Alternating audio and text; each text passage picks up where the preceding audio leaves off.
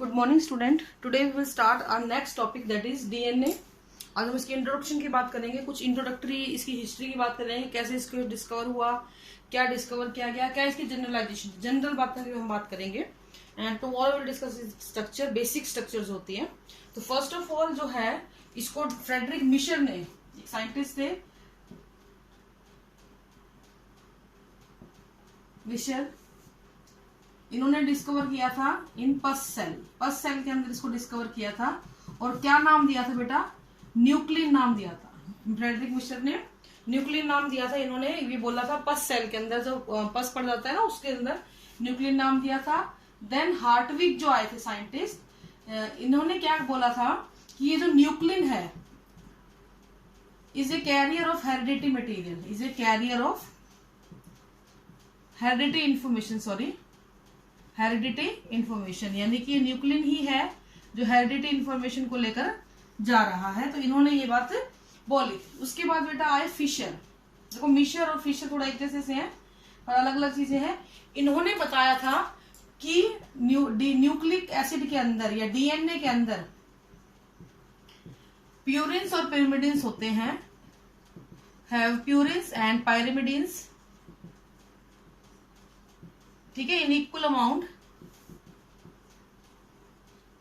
और ये आपस में जुड़े हुए भी होते हैं ताकि डीएनए स्टैंड को फॉर्म कर सकें। उसके बाद बेटा आए थे आपके चारगाफ, एक साइंटिस्ट। इन्होंने बड़ी इंपॉर्टेंट बात बताई थी। इन्होंने प्यूरिन और पिरिमिडिन की जो रिलेटिव अमाउंट होती है उसको क्या बोला था कि एक होती है, यानी कि they are almost present in the equal amount. कुछ इन्होंने जनरलाइजेशन भी दिया था। चारगाफ इक्विवेलेंस रूल इसको हम बोलते हैं, इसको हम पढ़ेंगे इस डिटेल में। तो ये कुछ बातें बताई गई थी। और उसके बाद आए थे बेटा बहुत सारे साइंटिस्ट ने काम किया, लेकिन वॉटसन एंड क्रिक, ये दो साइंटिस्ट थे जिन्होंने इसका 3D मॉडल दिया on the basis of x ray diffraction. एक आइडिया दिया कि हाँ भाई इस तरीके से आपके डीएनए की स्ट्रक्चर हो सकती है। एक्सरे डिफ्रैक्शन के बेस पे इन्होंने दिया वो डीएनए का मॉडल। इन्होंने क्या बोला कि डीएनए एक डबल हेलिकल स्ट्रक्चर है।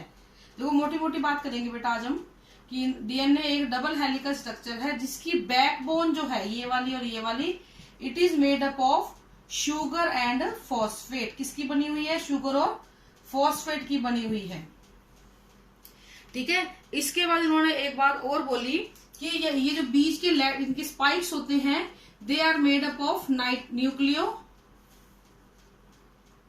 टाइड और नाइट्रोजन बेस, ठीक है। तो ये बीच में क्या होते हैं आपके? नाइट्रोजन बेस होते हैं। Nitrogen base are attached with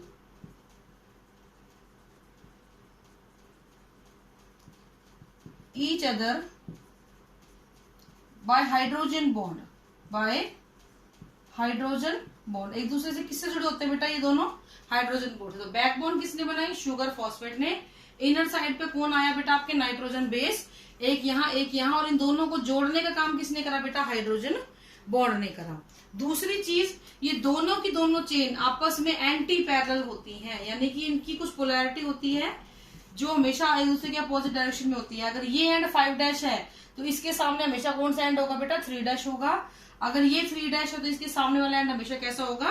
5' होगा। तो इसको हम बोलते हैं एंटी पैरेलल। ये एक दूसरे के एंटी पैरेलल होती है। इन दोनों के एंड एक दूसरे के साथ बिल्कुल अपोजिट होते हैं।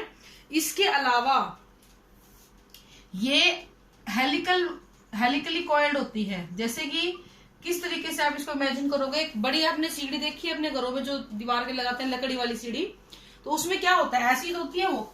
अब इस सीढ़ी को उन्होंने रोटेट कर दिया, ट्विस्ट कर दिया, उस हिसाब से ये हेलिकली कॉइल्ड होती है। और हर कॉइल के अंदर जो होता है लगभग 10 बेस पेयर होते हैं, 10 नाइट्रोजन बेस आपको मिल जाते हैं। नाइट्रोजन बेस मिलेंगे, 10 ही न्यूक्लियोटाइड मिलेंगे हर कॉइल के अंदर। तो इस तरीके से ये हर टर्न के अंदर आपको स्पाइरल में मिलेंगे। डीएनए जो होता है, एक इंपॉर्टेंट चीज यहाँ पे है, it show semi conservative behaviour. इसके ऊपर तो एक्सपेरिमेंट भी है हमारे सिलेबस में। सेमी कंजर्वेटिव बिहेवियर वो क्या होता है मैं बता देती हूँ थोड़ा सा यहाँ पे, कि जब भी डीएनए रेप्लिकेट करेगा इसका एक स्ट्रैंड पुराना होगा और दूसरा स्टैंड नया होगा। इस तरीके से जब भी, दोबारा बता रही हूँ, जब भी डीएनए रेप्लिकेट करेगा, इसका एक स्टैंड पुराना और एक स्टैंड हमेशा कैसा होगा, नया होगा। सेमी कंजर्वेटिव, अपनी आधी पुरानी चीजों को ये हमेशा बचा के रखता है। Now we will discuss about the types of DNA. Type of DNA की अगर हम बात करें, we have two type of DNA on the basis of structure, circular DNA और लीनियर डीएनए। ये जो बनाया हुआ था मैंने वो लीनियर का एग्जांपल था। ये मेनली प्रोकैरियोट्स में मिलता है और ये यूकैरियोट्स में मिलते हैं। ठीक है। सर्कुलर डीएनए में क्या होता है, इनके जो दो फ्री एंड होते हैं वो आपस में क्या होते हैं बेटा, जुड़ जाते हैं। या कुछ इस तरीके से भी आपको पड़ा हुआ दिख सकता है। जो फ्री एंड है they are attached to each other. ठीक है, इस तरीके से जुड़ जाते हैं। यहाँ पे हिस्टोन प्रोटीन एब्सेंट होता है, हिस्टोन नहीं होता है, उसकी जगह पे आपको पॉलीअमाइन्स मिल सकते हैं which are attach to this genetic material. Circular DNA के अंदर ये दो एंड आपस में जुड़े हुए होते हैं। ठीक है, और हमेशा सर्कुलर डीएनए कैसा होगा, without the association of histone but polyamines can be present here. इसके बाद अगर हम बात करें लीनियर डीएनए की, तो इसमें लीनियरली अरेंज होता है, बिल्कुल लीनियर अरेंजमेंट होती है, सीधे सीधे होते हैं, सीधे सीधे होते हैं। इनमें कोई भी एंड आपस में जुड़ते नहीं है, कोई भी एंड आपस में क्या होगा, जुड़ेगा नहीं। इस तरीके के डीएनए को हम लीनियर डीएनए बोलते हैं। इस डीएनए के अंदर हिस्टोन प्रोटीन बहुत इंपॉर्टेंटली पाए जाएंगे। ये ध्यान रखना, यूकैरियोट्स में हिस्टोन प्रोटीन बहुत ही ज्यादा पाए जाते हैं। इसके अलावा सर्कुलर डीएनए आपने छोटी क्लास में पढ़ा भी होगा, जो प्लास्टिड होते हैं और जो माइटोकॉन्ड्रिया होती है, इनके अंदर कौन सा मिलता है, सर्कुलर डीएनए ही पाया जाता है। इस तरीके से आपके पास दो तरीके का डीएनए है। इसके अलावा on the basis of shape and size and base pair के ओरिएंटेशन के हिसाब से हमारे पास कुछ डीएनए और भी हैं, बी, ए, सी, डी और जेड डीएनए। ये सारे के सारे डीएनए और ये डीएनए में बेसिक जो डिफरेंस होता है कि ये राइट टर्न करते हैं, ये राइट हेलिकल्स में होते हैं और ये लेफ्ट हेलिकल में होता है। इसके अलावा एक चीज और इम्पोर्टेंट है, यहाँ पे बेस पेयर्स की अरेंजमेंट बहुत ज्यादा नहीं होती है और ये चारों, ये वाले ए, सी, डी और जेड अनस्टेबल होते हैं। जबकि जो बी डीएनए होता है वो बेटा हाईली स्टेबल है और मोस्ट कॉमन है, सबसे ज्यादा पाया जाने वाला है कौन सा, बी डीएनए मिलता है। ये राइट हैंडेड होता है। इसके हर टर्न में कितने बेस पेयर मिलेंगे आपको, 10 बेस पेयर मिलेंगे। इसकी जो ये वाली डिस्टेंस है वो 20 आर्मस्ट्रॉन्ग की होती है। एक पूरे हेलिक की जो डिस्टेंस होती है वो 34 आर्मस्ट्रॉन्ग की होती है। हर एक पूरे हेलिक के अंदर नंबर ऑफ बेस पेयर कितने होते हैं बेटा, 10 होते हैं। तो दो के बीच का डिफरेंस कितना हो जाता है, 3.4 आर्मस्ट्रॉन्ग हो जाता है। तो इस तरीके से आपका डीएनए जो है वो बना हुआ होता है। नेक्स्ट हम बात करते हैं, यहाँ पे बड़ी इंपॉर्टेंट चीज है, दैट इज द चारगाफ रूल।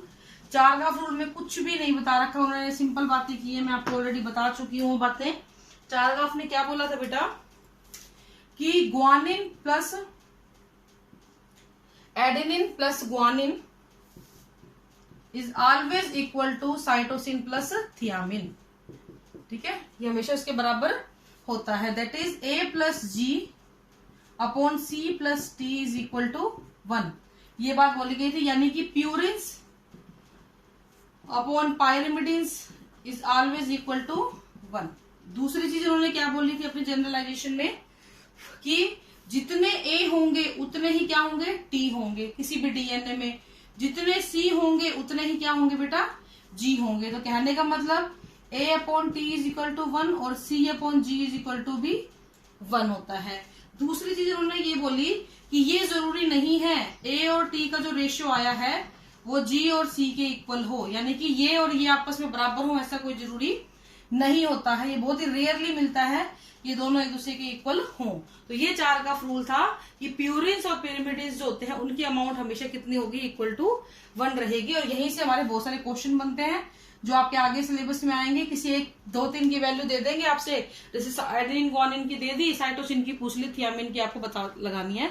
तो इस तरीके से क्वेश्चन आते हैं, वो आगे आपके सिलेबस में है, जब आएंगे तब हम आपको करवाएंगे। तो अभी के लिए इतना ही है, ये एक जनरल इंट्रोडक्शन है। Tomorrow we will discuss the in depth structure of the DNA. Thank you, have a nice day.